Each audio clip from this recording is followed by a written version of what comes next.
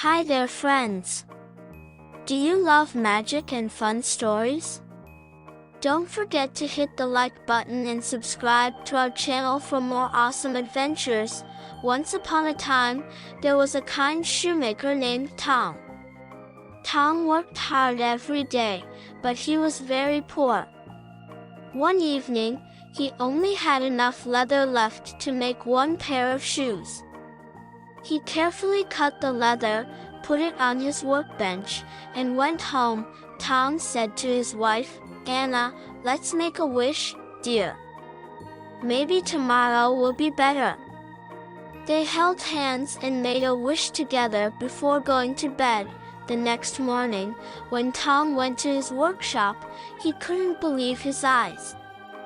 There on the table was a perfect pair of shiny shoes. But how? He hadn't made them. Just then, a customer came in and saw the shoes. "Wow, these are amazing. I'll pay you double," the man said, and bought the shoes right away. With the money, Tom bought more leather to make 2 pairs of shoes. But the next morning, something magical happened again. There were 2 pairs of shiny shoes waiting for him already. This happened every night. The shoes kept appearing, and Tom became very successful. He and Anna were so happy. But Tom wanted to know who was helping them. One night, they stayed up and peeked into the workshop.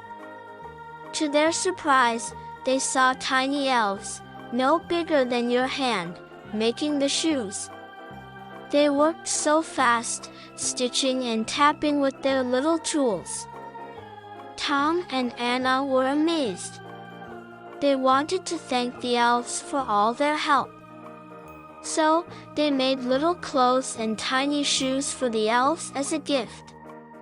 The next night, when the elves found the gifts, they were so happy. From that day on, the elves, Tom, and Anna became best friends. They lived happily ever after, working together in the little shoe shop.